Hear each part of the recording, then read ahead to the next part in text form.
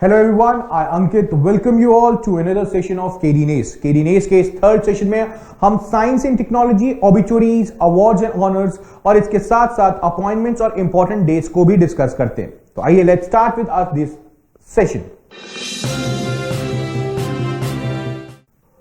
Let's start with the first section that is science and technology. और science and technology में हमारे पास जो news निकल के आती है वो इस बार काफी खास और हमारे डिफेंस से रिलेटेड है।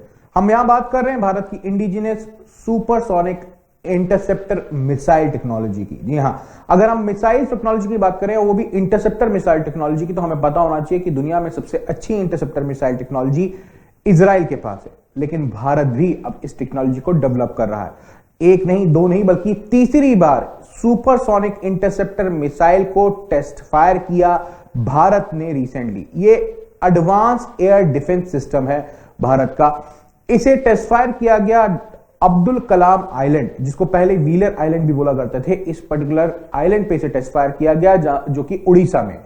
अगर इंटरसेप्टर टेक्नोलॉजी की बात की जाए तो इंटरसेप्टर टेक्नोलॉजी किसी भी बैलिस्टिक मिसाइल को हवा में 30 किलोमीटर हवा में स्पेस में खत्म करने की क्षमता रखती है।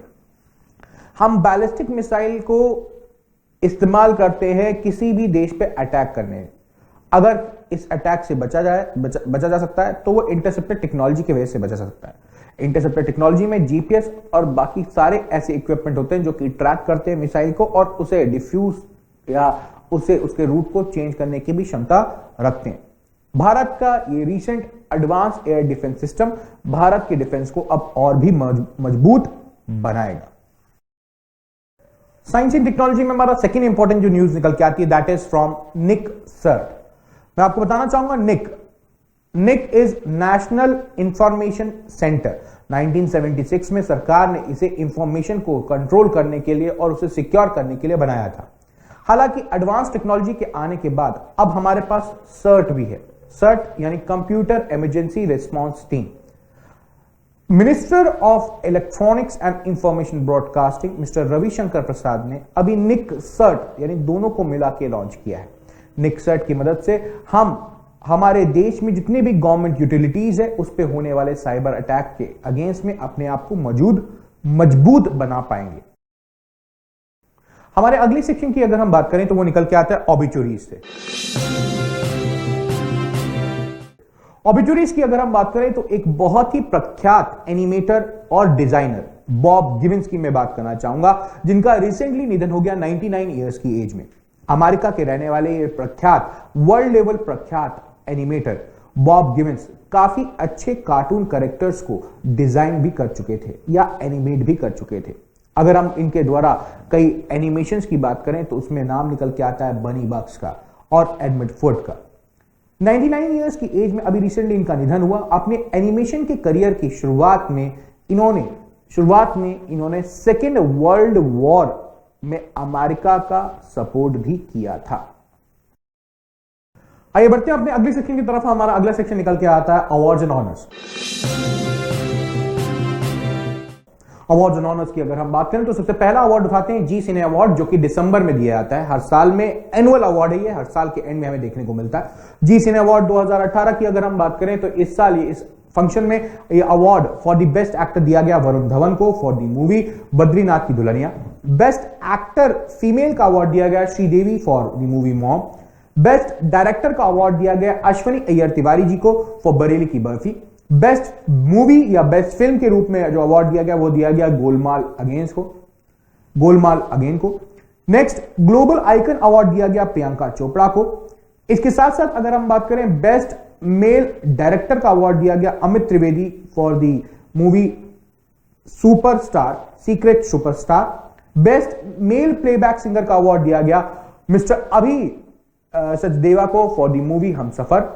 And the best action director का अवार्ड दिया गया श्याम काबुली को फॉर द मूवी काबिल। अवार्ड्स एंड ऑनर्स में हमारे पास सेकंड ऑप्शन जो निकल के आता है यानी सेकंड अवार्ड जो निकल के आता है दैट इज साहित्य अकादमी पुरस्कार। ध्यान रखिएगा, साहित्य अकादमी पुरस्कार साहित्य अकादमी द्वारा 1954 से दिया जा रहा है। हर साल फरवरी के मंथ में यह अवार्ड दिया जाता है। इस बार भी 12 फरवरी 2018 को एक फंक्शन में साहित्य अकादमी पुरस्कार दिया जाएगा। साहित्य अकादमी पुरस्कार हिंदी इंग्लिश को मिला के 24 भाषाओं में दिया जाता है। अगर हम बात करें हिंदी व इंग्लिश में तो कुछ नाम जो हमारे एग्जाम पॉइंट ऑफ व्यू से इंपॉर्टेंट है हिंदी व इंग्लिश में, मोमांग दाई फॉर इंग्लिश एंड हिंदी में रमेश कुंतल मेघ निकल के आता है। ध्यान रखिएगा, साहित्य अकादमी पुरस्कार 12 फरवरी 2018 को दिए जाएंगे मोमांग दाई और रमेश कुंतल मेघ को। हिंदी व इंग्लिश दो अलग अलग एरियाज एंड लैंग्वेजेस में अपने नॉवेल्स के कंट्रीब्यूशन के लिए। यहां इंग्लिश में जो नॉवल काफी प्रचलित हुआ है उसका नाम है द ब्लैक हिल, और हिंदी में जो नॉवल काफी प्रसिद्ध हुआ है उसका नाम है विश्व मिथक सरित सागर। विश्व मिथक सरित सागर। इस अवार्ड में कॉपर प्लेट, एक शॉल और 1 लाख रुपए का चेक इनाम स्वरूप दिया जाता है। आइए बढ़ते हैं अपने अगले सेशन की तरफ, और हमारा अगला सेशन निकल के आता है अपॉइंटमेंट्स। अपॉइंटमेंट्स की बात करें तो इस बार हमारे पास जो अपॉइंटमेंट निकल के आता है वो है नेशनल ग्रीन ट्रिब्यूनल। जी हां, हम बात कर रहे हैं नेशनल ग्रीन ट्रिब्यूनल यानी एनजीटी की, जो कि 18 अक्टूबर 2010 को इस सोच के साथ बनाई गई थी कि वो भारत के एनवायरमेंट रिलेटेड जितने भी मुद्दे हैं उनको देखेगी। आज एनवायरमेंट रिलेटेड जितने भी केसेस पहुंचते हैं वो नेशनल ग्रीन ट्रिब्यूनल डेस्क के पास ही पहुंचते हैं। नेशनल ग्रीन ट्रिब्यूनल डेस्क के कार्यभार यानी जो मेन जस्टिस थे यानी मेन जज थे वो थे मिस्टर स्वतंत्र कुमार या जस्टिस स्वतंत्र कुमार, लेकिन रिसेंटली 20 दिसंबर 2017 को उन्होंने रिजाइन कर दिया। इसके बाद नए जस्टिस के रूप में अपॉइंट हुए mister UD Salvi. UD Salvi फरवरी 2018 में रिटायरमेंट होने से पहले नेशनल ग्रीन ट्रिब्यूनल डेस्क के चीफ जज के रूप में काम करेंगे। हमारा अगला अपॉइंटमेंट निकल के आता है एनसीसी। जी हां, हम यहां बात कर रहे हैं नेशनल कैडेट कॉर्प की। नेशनल कैडेट कॉर्प 1948 में बनाया गया था और अभी रिसेंटली नेशनल कैडेट कॉर्प के नए डायरेक्टर जनरल के रूप में अपॉइंट हुए mister BS Sharawat. Mister BS Sharawat इस नेशनल डिफेंस एकेडमी से जुड़े हुए रहे। इनका काफी अच्छा कंट्रीब्यूशन रहा है डिफेंस में, और अब ये as director general of national cadet corps यानी एनसीसी के रूप में काम करेंगे। अभी रिसेंट हुए इलेक्शंस के बाद जो उनके रिजल्ट निकल के आया उसके बाद हमारे पास 2 इंपॉर्टेंट स्टेट्स के जो सीएम चेंज हुए उसमें निकल के आता है अपॉइंटमेंट।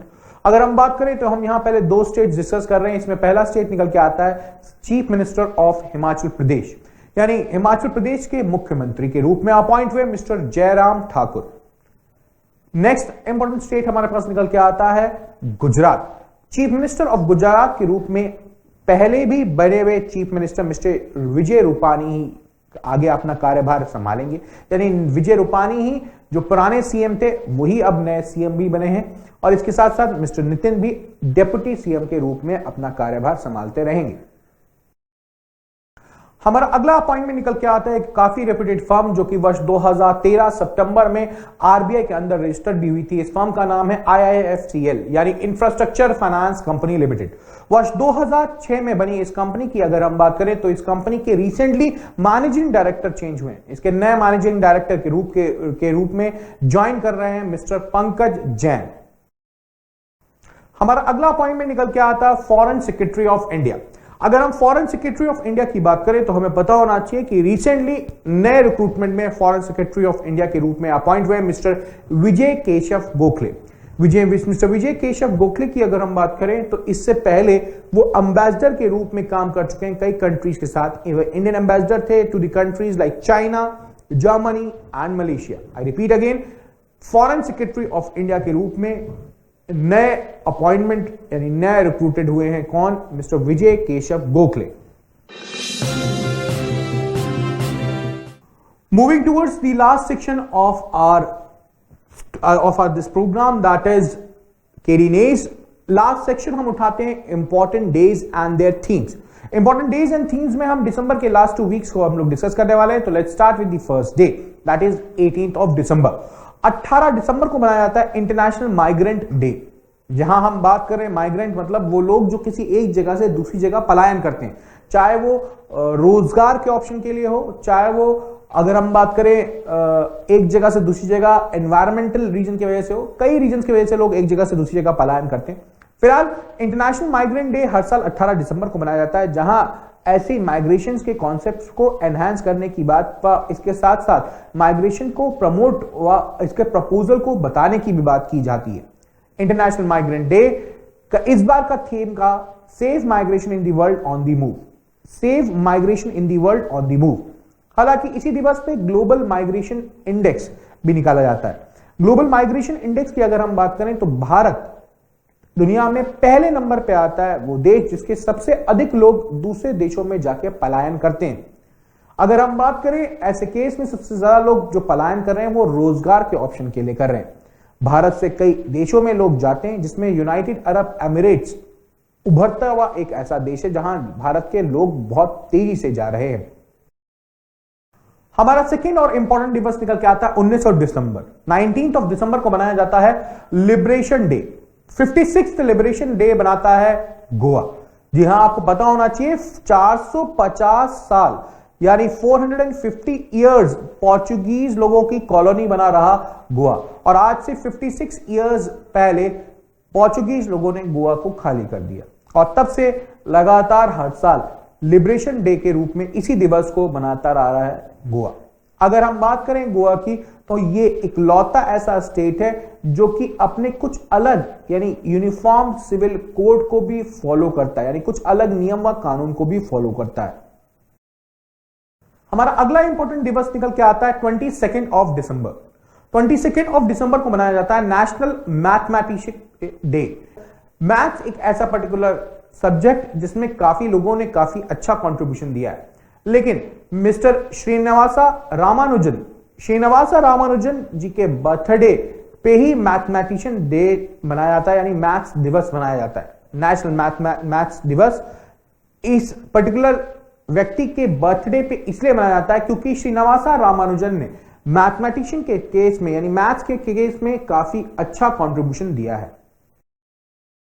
हमारा अगला इंपॉर्टेंट दिवस निकल के आता है 23 दिसंबर। 23 दिसंबर को किसान दिवस के रूप में मनाया जाता है।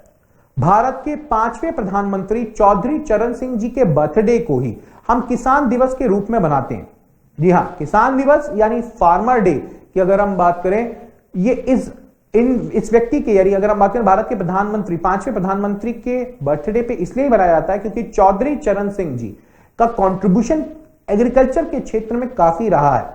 इस दिवस में एग्रीकल्चर से रिलेटेड कुछ नई पॉलिसीज और कुछ नए रूल्स को भी बनाया जाता है और कुछ नए बेनिफिशियरी प्रोग्राम्स को भी लॉन्च किया जाता है।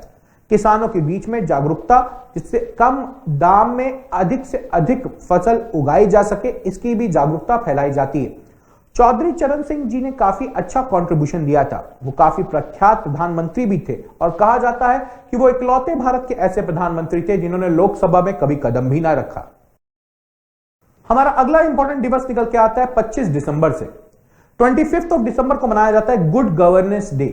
पिछले 2 साल से हम लगातार इस दिवस को मनाते आ रहे हैं। हालांकि वर्ष 2014 से ये गुड गवर्नेंस डे मनाया जा रहा है। भारत के पूर्व प्रधानमंत्री मिस्टर अटल बिहारी वाजपेयी जी के बर्थडे पे हम गुड गवर्नेंस डे बनाते हैं। अटल बिहारी वाजपेयी जी जिन्होंने काफी अच्छा कंट्रीब्यूशन दिया अपने पॉलिटिकल करियर में, अपने देश में अच्छी लोगों के बीच में अच्छी गवर्नेंस लाने का, उन्हीं के बर्थडे पे हम ये दिवस मनाते हैं। इस दिवस में जितने भी अभी भी गवर्नमेंट क्षेत्रों में काम करने वाले अधिकारी हैं, उनको उनकी अकाउंटेबिलिटी को एनहांस करने की बात की जाती है। वर्ष 2014 से इस दिवस को हर साल 25 दिसंबर अटल बिहारी वाजपेयी जी के बर्थडे पे ही मनाया जाता है। दिवस का नाम है गुड गवर्नेंस डे। तो इस वीक इतना ही रखते हैं। अगली वीक आपसे फिर से मुलाकात होगी और फिर से मिलेंगे कुछ नए इंपॉर्टेंट करंट अफेयर्स के साथ।